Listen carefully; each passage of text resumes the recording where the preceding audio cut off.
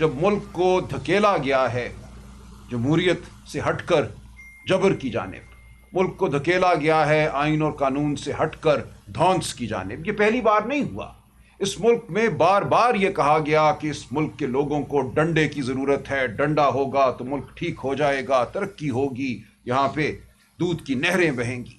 60 کی دہائی میں کہا گیا یہ ڈیکیڈ آف ڈیولپمنٹ ہے، یہ ترقی کے 10 سالہ ایک دور ہے، 10 سالہ دور ہے۔ ہم جانتے ہیں اس 10 سالہ دور کا نتیجہ کیا ہوا۔ سن 68 میں 69 میں ایک عظیم الشان عوامی تحریک چلی، اس کے بعد ایک جنگ ہوئی، سول وار ہوئی اور ملک دو لخت ہو گیا۔ تو یہ بار بار ہوا ہے۔ 80 کی دہائی میں کہا گیا کہ اب اس ملک میں صحیح فلاحی اسلامی نظام نافذ ہوگا، پاکستان کے عوام پھلیں گے پھولیں گے، اور کیا ہوا اس کے بعد ہم جانتے ہیں۔ کراچی میں بوری بند لاشوں کا بازار لگا، ہم جانتے ہیں ملک کے ہر خطے میں خون کی ندیاں بہائی گئی، یہاں پہ ہر خطے سے آنے والے ملیٹنٹ اکٹھے کیے گئے، کبھی انہیں مجاہد کہا گیا، کبھی انہیں ٹیررسٹ کہا گیا، اور آج دن تک وہ فصل جو تھی اس کو ہم کاٹ رہے ہیں۔ اس خطے میں خون ہے، بارود ہے، اسلحہ ہے، لیکن فلاح نہیں ہے۔ اس کے بعد ہم نے دیکھا مشرف کا دور، ایک ماڈریشن کا اعلان کیا گیا، کہا گیا کہ اب ہم بین الاقوامی معاشی جو ایک نظام ہے اس کا حصہ بن گئے ہیں، یہاں پہ بہت انویسٹمنٹ ہوگی، یہاں پہ فیکٹریاں لگیں گی، یہاں نوجوانوں کو نوکریاں ملیں گی، یہاں صحت ہوگی۔ اور اس کے بعد جب جانے کا وقت آیا تو اس ملک میں ایک ہسپتال میں بستر بھی نصیب نہ ہوا اس شخص کو۔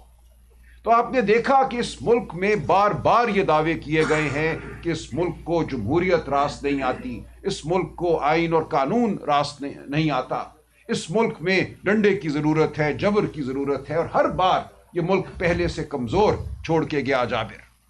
تو آج ہمیں پھر وہی صورت نظر آ رہی ہے، رونت ہے، ایک نشہ ہے طاقت کا، ایک لمحے میں ہونے والے جو واقعات ہیں ان سے ایک بہت بڑی تصویر کشی کر لی گئی ہے۔ دیکھیں پاکستان آج کہاں کھڑا ہے، ہمیں ضرور یہ بات کرنی چاہیے۔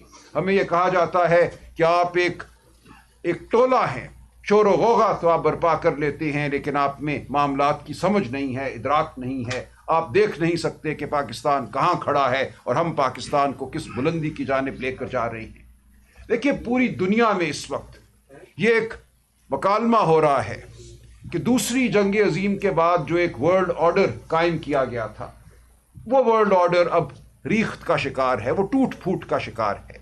یہ ایک رولز بیسڈ ورلڈ آرڈر تھا جس میں اقوام متحدہ کو ایک نمایاں رول حاصل تھا۔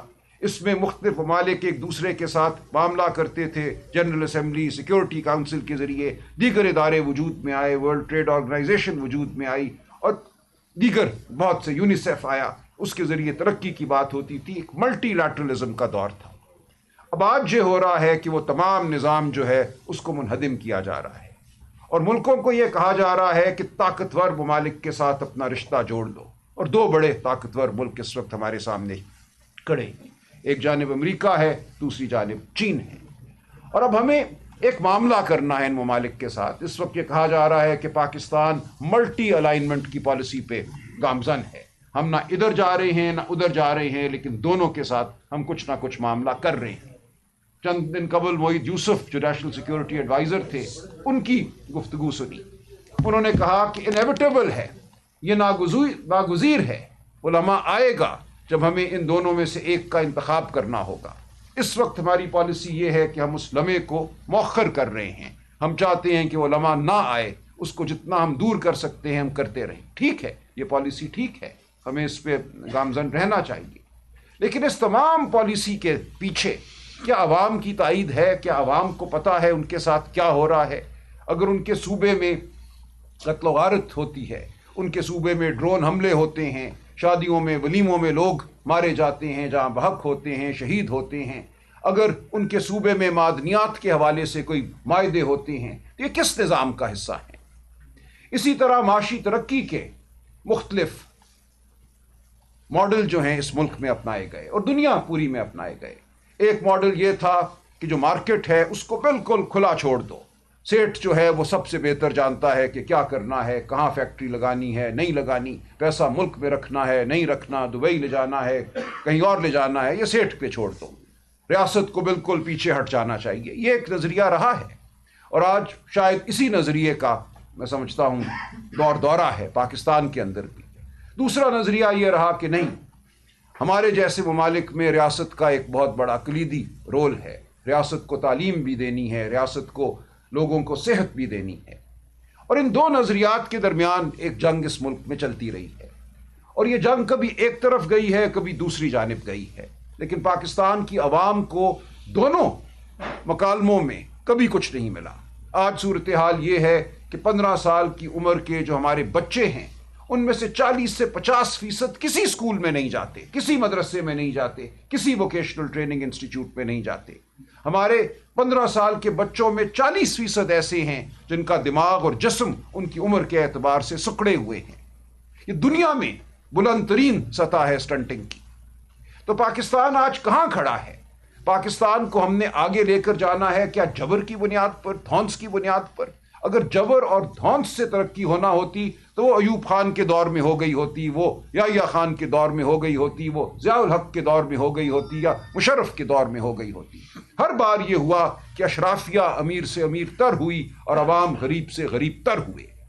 آج جہاں ہم کھڑے ہیں ایک بڑے مکالمے کی ضرورت ہے، پاکستان کے عوام کو شامل کرنے کی ضرورت ہے اس مکالمے میں، ورنہ نتیجہ وہی ہوگا جو 1960 میں ہوا، یا 70 میں ہوا، یا 80 میں ہوا، یا 88 میں ہوا، یا 90 اور 2000 کی دہائیوں میں ہوا۔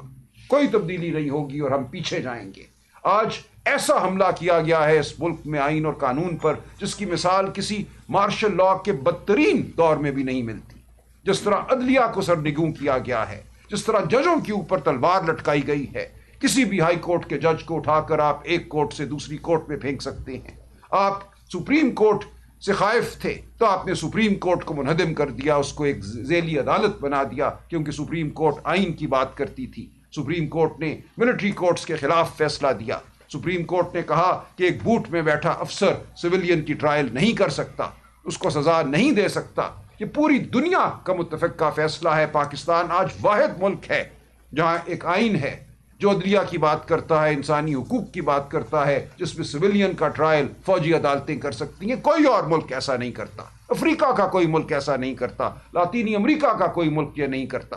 ان ملکوں میں بھی شورش ہے، ان ملکوں میں بھی دہشت گردی ہے، لیکن کچھ اصول ہیں جو پوری دنیا نے اپنا لیے ہیں۔ پاکستان آج پوری دنیا سے پیچھے کھڑا ہے۔ جب ہمارے سپریم کورٹ نے کہا آپ یہ نہیں کر سکتے، آپ کا آئین تو حرمت انسان کی بات کرتا ہے، آپ کا آئین ایک آزاد عدلیہ کی بات کرتا ہے، کیسے ایک افسر آزاد عدلیہ کا نعم البدل ہو سکتا ہے؟ وہ ایک ماتحت افسر ہے، جب اس کے بالا افسر کہہ چکے کہ ان کو سزا دینی ہے تو اس کی کیا مجال کہ وہ ان کو سزا نہ دے۔ ہم سپریم کورٹ گئے یہ کہنے کہ 8 فروری 2024 کو پاکستان کی عوام نے ووٹ ڈالا تھا، پی ٹی آئی کے لیے ووٹ ڈالا تھا، عمران خان کے لیے ووٹ ڈالا تھا، اس ووٹ کے تقدس کا کچھ تو خیال کرو۔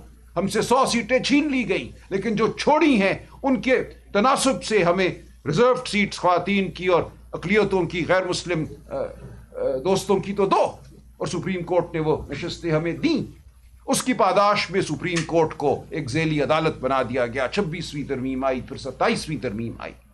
آج اس ملک میں ایک زبابندی کا عالم ہے، آپ میں سے کوئی بھی کھل کے بات نہیں کر سکتا، بات کرے گا تو پیکا کے قوانین ہیں، جے آئی ٹیز بنیں گی، آپ کو 10 سال سزا ہو جائے گی۔ آج ایمان حاضر مزاری اور ہادی علی ان کے میاں ہمارے سامنے ایک مثال ہیں، وہ وکلاء ہیں جو حق کی بات کرتے ہیں، جو مظلوم کے ساتھ کھڑے ہوتے ہیں، ان کے ساتھ کیا ہو رہا ہے؟ تو یہ کسی کے ساتھ بھی ہو سکتا ہے۔ یہ پورے معاشرے کو اشارہ ہے کہ تم سب محکوم ہو، تمہاری زبان ہمارے قابو میں ہے، تمہارا ذہن ہمارے قابو میں ہے۔ اگر اپنے ذہن کو آواز دو گے اپنی زبان کے ذریعے تو ہم تمہیں پکڑ لیں گے اور ایک کال کوٹری میں ڈالیں گے۔ کیا پاکستان اس لیے بنا تھا؟ کیا یہ تھا علامہ اقبال کا خواب؟ کیا یہ تھا قائد اعظم کا نظریہ؟ قائد اعظم کی 20 تقاریر ہیں، آج ہم جناح ہاؤس کی تعظیم کے لیے کھڑے ہوتے ہیں۔ کیا اس جناح کی کسی تقریر کو ہم نے یاد رکھا؟ بارہا قائد اعظم نے یہ کہا جب وہ ہمارے عسکری اداروں کا دورہ کرتے تھے کہ آپ اپنے حلف کے تحت پابند ہیں، کیا آپ سیاست میں حصہ نہیں لیں گے، آپ جمہوریت کی آواز کو سنیں گے، آپ جمہوریت کے تابع رہیں گے۔ بار بار قائد اعظم نے یہ کہا اپنی مختصر زندگی میں جو قیام پاکستان کے بعد ان کو نصیب ہوئی۔ ان کو یہی فکر تھی کہ یہ مملکت جو میں نے بنانے میں ایک کردار ادا کیا ہے، اس میں کہیں یہ نہ ہو کہ ظلم کا دور دورہ ہو جائے, جبر کا دور دورہ ہو جائے. تو آج ہم وہیں کھڑے ہیں جہاں قائد اعظم ہمیں کھڑا نہیں کرنا چاہتے تھے. آج ہمیں یہ کہا جا رہا ہے کہ اس ملک کا جو مقبول ترین لیڈر ہے وہ نیشنل سیکیورٹی تھریٹ ہے. یہ بھی ایک مذاق خیز بات ہے, اور یہ پہلی بار نہیں ہوئی.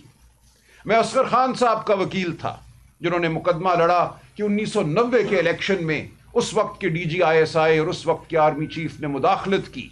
ان کا موقف یہ تھا کہ اس مداخلت نے عسکری اداروں, ہماری افواج کے امیج کو خراب کیا ہے. ان کی جو تکریم ہے عوام کی نظر میں اس کو ٹھیس پہنچی ہے, لہذا عمل کیا جائے, ان افسران کو سزا دی جائے. 16 سال وہ مقدمہ چلا اور بالآخر 2012 میں سنوائی ہوئی اور فیصلہ ہوا.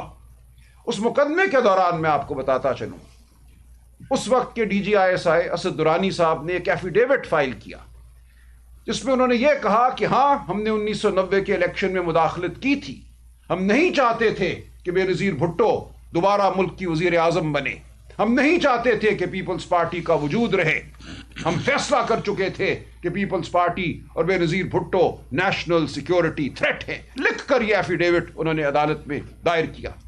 آج بھی اگر آپ جا کے فیصلہ پڑھیں 2012 کا, اصغر خان ورسز مرزا اسلم بیگ مقدمے کا عنوان ہے, اس میں آپ کو یہ ایفیڈیوٹ مل جائے گا. تو بار بار اداروں نے فیصلے کیے کہ عوام کا کوئی مقبول لیڈر نیشنل سیکیورٹی تھریٹ ہے, اس کو منظر سے ہٹانا ضروری ہے, لیکن ایسا نہیں ہوا. آپ عوام کے دلوں سے ان کے کیے گئے فیصلوں کو نہیں ہٹا سکتے. پاکستان کی عوام باشعور ہے, ہمیشہ باشعور رہی ہے. پاکستان کی عوام اگر آج عمران خان کے پیچھے کھڑی ہے, عمران خان سے امید لگا کے کھڑی ہے, تو اس کی وجہ ہے یہ دیوانے نہیں ہیں. ہم جو آپ کے سامنے بیٹھے ہیں ہم کوئی سیر زدہ لوگ نہیں ہیں جن کی سوچ نہیں ہے, جن کی عقل نہیں ہے. ہم جانتے ہیں اس ملک پہ کون قابض رہا ہے. ہم جانتے ہیں کہ آج جو سیاسی جماعتیں جو ایک زمانے میں جمہوریت کا نام لیتی تھیں وہ آج معتوب ہونے کے بعد مغلوب ہو چکی ہیں. انہوں نے سہا, بہت کچھ سہا, لیکن آج ان کے اندر وہ سخت باقی نہیں کہ وہ عوام کی بات کر سکے. وہ سر جھکائے نوکری کر رہی ہیں. پاکستان کی عوام جانتی ہے کہ ایک ہی پارٹی ہے اور ایک ہی شخص ہے, اور اس کے ساتھ اس کے اتحادی ہیں جو پاکستان کے عوام کی بات کرنے کی طاقت رکھتے ہیں, جو یہ کہہ سکتے ہیں کہ ہم نے پاکستان کی عوام کو نوکری دینی ہے, یہ ریاست کی ذمہ داری ہے کہ نوکری ملے. چند دن پہلے ہمارے آج کے وزیر خزانہ صاحب نے کہا کہ یہ ریاست کی ذمہ داری نہیں ہے کہ عوام کو نوکریاں دے. یہ افسوس کا مقام ہے. کیا ہے ترقی اگر آپ کو آپ کے بچوں کو روزگار نہیں ملتی؟ تو کیا کروں میں اس ترقی کا جس سے کوئی سیٹ امیر سے امیر تر ہوتا ہے اور آپ کے گھر چولہا نہیں جلتا؟ تو ہم نے اس سیاست کو آگے لے کے چلنا ہے جو عوام دوست سیاست ہے, اور پاکستان کی عوام جانتی ہے وہ عوام دوست سیاست کون کر رہا ہے اور کون کرنے کی سکت رکھتا ہے, کون بے نیاز ہے عہدے سے, کون سیاست میں اس لیے ہے کہ ملک کے لیے کچھ کر سکے, عوام کے لیے کچھ کر سکے, نوجوانوں کے لیے کچھ کر سکے. آج اگر ہم کٹے ہوئے ہیں اپنے تمام پڑوسی ممالک سے تو اس کی کیا وجہ ہے؟ کہا یہ جاتا ہے کہ اپنی برآمدات کو بڑھاؤ, ایکسپورٹس کو بڑھاؤ. دنیا کا ہر ملک سب سے زیادہ ایکسپورٹ, سب سے زیادہ برآمدات اپنے پڑوسی ممالک کو کرتا ہے. آج افغانستان سے ہمارا بارڈر بند ہے, ایران کے ساتھ معاملات ہم ٹھیک کرنے کی کوشش کر رہے ہیں, خدا را وہ ٹھیک ہو جائیں, خدا کرے کہ ایسا ہو. بھارت کے ساتھ جو معاملات ہیں وہ ہیں, لیکن ایک پورا مجموعی طور پہ جب ہم ایک تناظر دیکھتے ہیں اس خطے کا تو ہمیں نظر آتا ہے کہ جو جبر کے ادوار میں فیصلے کیے گئے ان کا خمیازہ ہم آج بھی بھگت رہے ہیں. جب تک عوام کی فلاح کو سامنے رکھ کر فیصلے نہیں ہوں گے اس بدلتے ہوئے جیو پولیٹیکل تناظر میں, اس بدلتے ہوئے معاشی ایک جو نظام کا ایک جو بدلاوا آ رہا ہے اس کو سامنے رکھتے ہوئے, تو کچھ نہیں ہوگا. آپ ایک مارکا جیت کر پاکستان کو فلاح کی جانب نہیں لے کر جائیں گے. کوئی ملک آپ سے ہاتھ ملا کر اگر آپ کی جانب چند بلین ڈالر پھینک بھی دیتا ہے تو اس سے پاکستان کے کروڑوں نوجوانوں کو نوکریاں نہیں ملیں گی. پاکستان کی معیشت, ہماری اکانومی, جی این پی اس کی آج بھی 300 بلین سے زیادہ ہے. اس کو 1000 بلین ہونا چاہیے تھا, لیکن 300 بلین سے زیادہ آج بھی ہے. اگر کوئی 6-8 بلین ڈالر آپ کی طرف پھینک بھی دیتا ہے اور اس سے آپ نئے کوئی کھلونے خرید لیتے ہیں تو پاکستان کی عوام کو کیا فائدہ ہوگا؟ جب تک پاکستان کی عوام پاکستان کے ایوانوں میں نہیں گونجے گی، پاکستان کی اسمبلیوں میں نہیں گونجے گی، وزیر اعظم ہاؤس میں نہیں گونجے گی، اس وقت تک پاکستان کے عوام کی فلاح ممکن نہیں ہوگی۔ آپ نے 16 سیٹیں جیتنے والی ایک پارٹی کو حکومت دے دی، پھر آپ نے کہا کہ یہ اب پاکستان کی فلاح کے منصوبے بنائیں گے۔ یہ ممکن نہیں ہے۔ جھوٹ اور فریب پر کھڑا نظام کبھی بھی دیر پا نہیں ہوگا۔ پاکستان کی عوام کبھی بھی اس نظام کو قبولیت نہیں بخشیں گے، اور آخری قبولیت وہی ہے اللہ تعالیٰ کی قبولیت کے بعد جو عوام کی طرف سے آئے۔ کسی اور کی قبولیت کا کوئی مطلب نہیں ہے۔ تو ہم آپ کے سامنے بیٹھے ہیں، کل کی پریس کانفرنس کا کوئی جواب دینے نہیں، وہ ایک افسوسناک گفتگو تھی، اس طرح بھی نوعیت کی گفتگو تھی، اس میں نہ کوئی ایسا پرمغز کوئی بیانیہ تھا جس کا جواب دیا جائے، وہ ایک دشنام درازی تھی، الزامات تھے، ہم اس کا جواب نہیں دیں گے۔ ہم آپ کو صرف یہی کہیں گے کہ پاکستان کی عوام کو مت دھتکارو۔ پاکستان کی عوام عمران خان کے ساتھ کھڑی ہے، پی ٹی آئی کے ساتھ کھڑی ہے۔ Imran Khan national security threat نہیں ہے۔ عمران خان نے اس ملک کو جوڑ کے رکھا ہوا ہے۔ اس ملک کے کروڑوں نوجوان عمران خان کی وجہ سے جڑے ہوئے ہیں اس بیانیے کے ساتھ جو پاکستان کی ریڑھ کی ہڈی ہے، ورنہ بہت سے بیانیے ہیں، کوئی نسل پرستی کا بیانیہ ہے، کوئی فرقے کا بیانیہ ہے، ان تمام بیانیوں کو رد کر کے عمران خان پاکستان کے بیانیے کے ساتھ کھڑا ہے، اور کروڑوں پی ٹی آئی کے سپورٹر ووٹر اس بیانیے کے ساتھ کھڑے ہیں۔ خدا را یہ مت کرو، عمران خان کو مائنس آپ نہیں کر سکو گے، لیکن خدا نہ خواستہ اگر آپ ایسا کرتے ہو تو اس ملک کے شیرازے کو اکٹھا رکھنا بہت مشکل ہوگا۔ خیبر پختونخوا پہ اگر آپ حملہ کرتے ہو، وہاں اگر آپ منتخب حکومت کو ہٹا کر وہاں کی عوام پر مسلط کرتے ہو ایک غیر منتخب نظام، تو پھر آپ خود جو حالات ہوں گے ان کے ذمہ دار ہوگے۔ خیبر پختونخوا کی عوام غیور ہے، وہ اپنے فیصلے خود کرتے ہیں، وہ قبائلی عوام ہوں یا دیگر علاقوں کے عوام ہوں۔ آپ ان کو دھتکار نہیں سکتے، آپ ان کے وزیر اعلیٰ کے حوالے سے ہرزہ سرائی نہیں کر سکتے۔ کوئی بھی گفتگو ہوئی ہو، آپ کو گفتگو نامناسب لگی ہو، ہم بات کرنے کو تیار ہیں۔ بیانیے کی جنگ میں خدا کے لیے پاکستان کے مستقبل کو داؤ پر مت لگاؤ، خیبر پختونخوا صوبے کو داؤ پر مت لگاؤ۔ یہ ایک انتہائی حساس علاقہ ہے۔ اس وقت جو حالات ہیں، جو دہشت گردی کی صورتحال ہے، اس میں عوام کو ساتھ لے کر چلو۔ پی ٹی آئی اس وقت سب سے بڑی طاقت ہے ملک کی، جو ملک کو فلاح کی جانب لے جا سکتی ہے۔ ملک کے عسکری اداروں کی سب سے بڑی طاقت میں کہوں گا پی ٹی آئی ہے۔ کوئی فوج جنگ نہیں جیتتی جب تک اس کے ساتھ اس ملک کے عوام نہ ہوں۔ اس ملک کے عوام کی آواز پی ٹی آئی ہے، عمران خان ہے۔ ہمارے بغیر کوئی جنگ نہیں جیتی جا سکتی، پاکستان کے عوام کے بغیر کوئی جنگ نہیں جیتی جا سکتی۔ جنگ ایک دن کا، 2 دن کا، 3 دن کا مارکا نہیں ہے، یہ ایک بہت بڑی جد و جہد ہے۔ اس بڑی جد و جہد میں اداروں کو اور عوام کو ساتھ چلنا ہے۔ اب بھی موقع ہے کہ اس ملک میں انتشار پیدا نہ ہو۔ ہمیں روز سوشل میڈیا کہتا ہے بزدل قیادت، لایا عمل دو، یلغار کا اعلان کرو، کیوں نہیں کرتے؟ کیوں بیٹھے ہو؟ کیوں صبر کیے بیٹھے ہو؟ ہم بیٹھے ہیں اس لیے کہ ہمیں پاکستان عزیز ہے۔ ہم نہیں چاہتے کہ پاکستان میں انتشار ہو، ہم نہیں چاہتے کہ ہمارے بچوں پر گولیاں چلیں، وہ شہید ہوں۔ ہم چاہتے ہیں کہ بیٹھ کر مکالمہ ہو اور ہم اس جانب بڑھیں جو سچائی کی منزل ہے، جو عوام کی آواز ہے، اس کے مطابق ہم فلاح کو ڈھونڈیں، اور ہم سب اکٹھے بیٹھ کر یہ کر سکتے ہیں۔ اگر آپ بات کرو گے تو آپ دیکھو گے کہ یہاں تجربہ بھی ہے، یہاں دانش بھی ہے، اور سب سے بڑھ کر یہاں وہ چیز ہے جو آپ کے پاس نہیں ہے، لیجٹمیسی ہے، عوام کی طاقت ہے، عوام کی تائید ہے۔ تو آپ سے گزارش یہ ہے اور آپ کو تنبیہ بھی ہے کہ خدا کے لیے پاکستان کو مت دھکیلو تاریکیوں کی جانب۔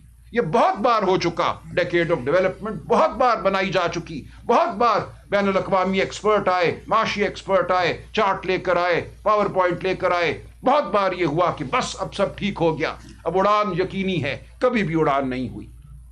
آج پھر ہم وہیں کھڑے ہیں، وہی غلطی آپ پھر دہرانے جا رہے ہو، تو یہ مت کرو۔